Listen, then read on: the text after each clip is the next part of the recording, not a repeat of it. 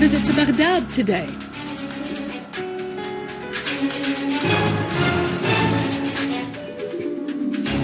Units of the Syrian army continue to defeat the terrorists in al-Assad, inflicting heavy casualties among them.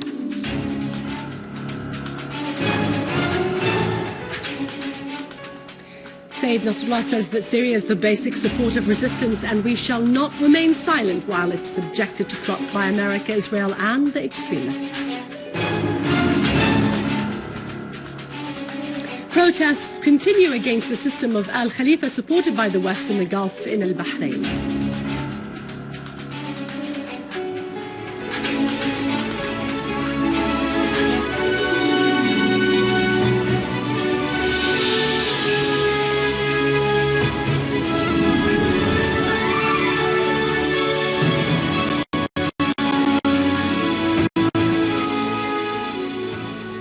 Good afternoon, welcome to a news bulletin. I'm Dania Nizam. Adopted dialogue as a political solution, emphasizing that no one can decide for the Syrian people on their own future. Mr. Muallim added that the international conference, which is to be held in Geneva, constitutes a suitable opportunity for the political solution of the crisis in Syria, pointing out that Iraq cannot be at the side of Syria's enemies. Al-Muallim said that the terrorists in Syria are part of the terrorists in Iraq, expressing satisfaction with the steps carried out by the Iraqi army in fighting al-Qaeda. For his part, Iraqi Foreign Minister Zibari asserted that his country has suffered a lot from terrorism and from the attempts to impose foreign wills, but it is the Iraqi people who have fought terrorism. Zibari pointed out that Iraq will be present at the international conference in Geneva. The People's Assembly held its second meeting in the fourth ordinary session and elected the new members of its office according to the bylaws of the Assembly 1 year after the election of the current members of the office. The Assembly re-elected Mohammed Jihad al-Laham as Speaker after he won 196 votes out of 2006. Fahmi Hassan was elected Deputy Speaker after he won 166 votes. The Assembly discussed several draft laws referred to it by the government.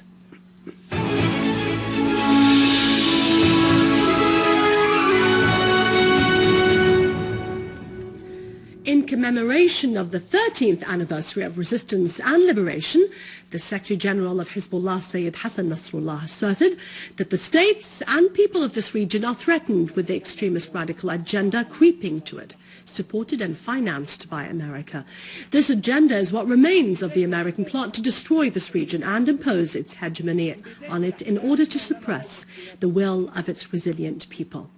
In a speech in a central celebration on this occasion in Nasrallah in southern Lebanon, he said that Syria was targeted to impose an American political agenda in the region. This is a completely Israeli plot. He asserted that Syria remained the basic support of resistance and that the resistance will not stay still before this conspiracy. Otherwise, the resistance would be stupid. Only the stupid would stay still before death, siege and creeping conspiracy. Only the wise behaves with full responsibility. Sayyid Nasrallah asserted that Syria's fall into the hands of the Americans, the Israelis and the extremist American tools in the region would mean the loss of Palestine, resistance and Holy Jerusalem. It would mean that our people would be subjected to a dark and severe period. Syria's fall would also mean the siege of the resistance movement, and Israel's entry into Lebanon would impose its conditions in the Lebanese people, thus pushing Lebanon into the Israeli age. President Correa of Ecuador stressed solidarity with Syria and its people against the war waged on it by world imperialism. As he received office in a celebration attended by the Syrian ambassador in Venezuela, he received President Assad's congratulations on his victory. President Correa asserted that his government would continue its left-wing socialist policy.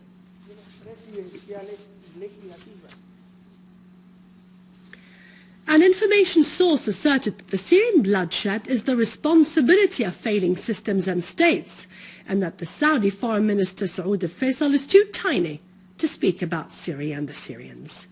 The source added that Saud al-Faisal has no right to lecture us about nationalism, Arabism or Islam because he has none of them at all. The source said only the Syrians decide their own destiny and system of government. Those who have no color will be judged by history as gambling and plotting agents. The source also said that it was shameful to see the Qatari Hamad dictate on Saudi Arabia its policy and define what it should or should not say. The Speaker of the Iranian Shura Majlis, Ali Larijani, reaffirmed that dialogue remained the best possible way to solve the crisis in Syria. In reply against Turkey's accusations to Iran and Hezbollah concerning their alleged intervention in Syria, Mr. Larijani said such accusations are false and that Turkey's wrong calculations were leading Turkey to be hostile to Syria. He said that after 2 years of the Syrian crisis, Ankara should bear responsibility and not impose the price of its mistakes on others. A woman was killed when the terrorists fired mortar shells on people's houses in al-Harasta suburb in the Damascus countryside. An official source said the shells also caused material damage to the houses nearby.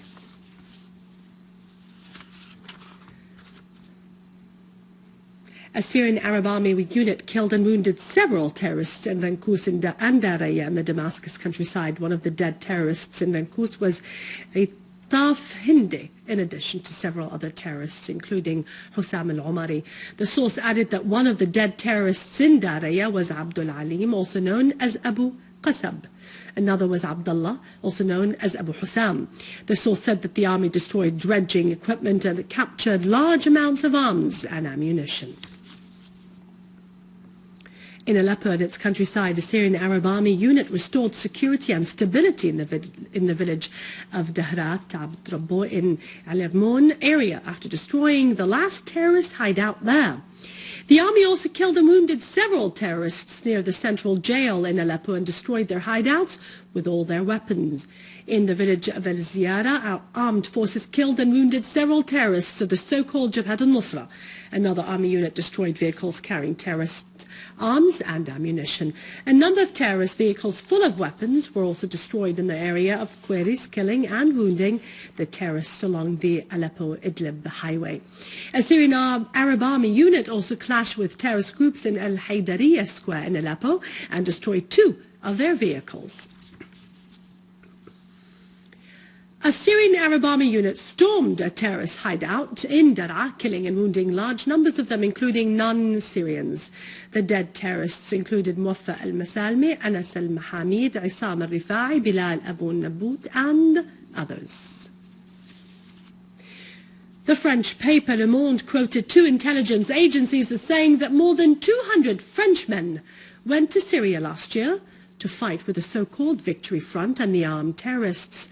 The paper added that nearly 20 French jihadists returned from Syria, and the French authorities detained only one of them, claiming that it had neither legal means of monitoring the returning fighters nor information to justify bringing them to account.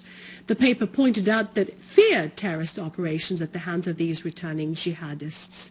It wondered about France's worry about such actions while it supported the terrorists and their crimes in Syria.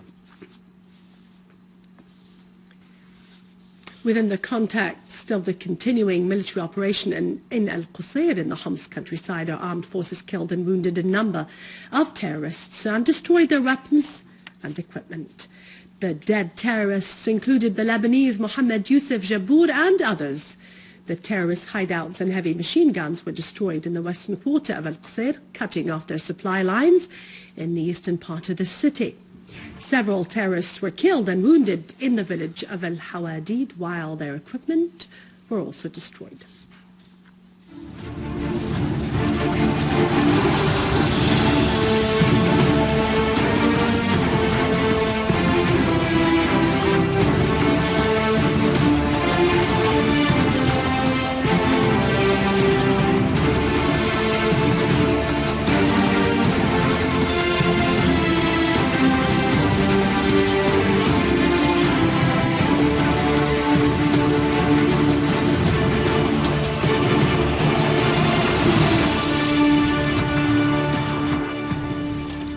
In Lebanon, 5 people, including 3 Syrians, were injured, one of them critically, as 2 rockets fell this morning. One rocket fell on a car showroom near the Church of St. Michael in the southern suburb of Beirut. The other fell on the street of Maroun Misk. Lebanese security forces found the two platforms where the rockets were launched from in the area between Saba and Aitat. Minister of Interior in the caretaker government, Marwan Sherbet, said that launching the rockets is a terrorist act, while Minister of Public Health Ali Hassan Khalil said that the firing of the rockets is aimed at triggering sedition among the Lebanese.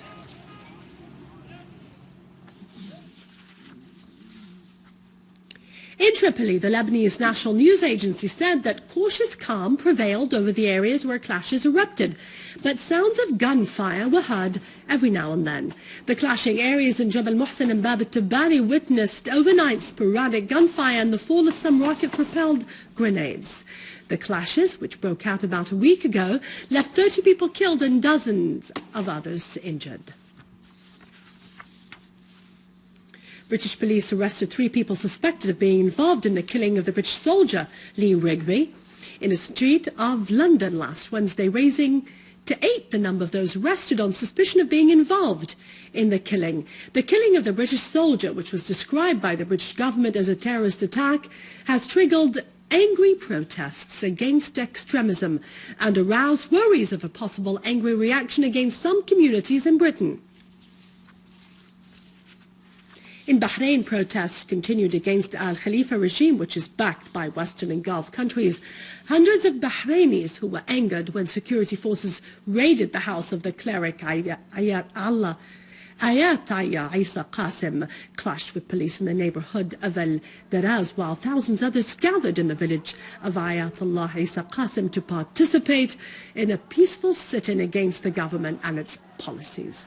The forces of Al-Khalifa, supported by the Al Jazeera forces, have cracked down on the huge protests, but the demonstrators continue to organize almost daily protests, demanding the ruling family to call for elections and to establish a constitutional monarchy. That was it for the details for our bulletin today. Thank you for watching us. For more details, you can visit our SyriaOnline.sy. After the break, it's our economic news with Vani. God bless you, and long live Syria.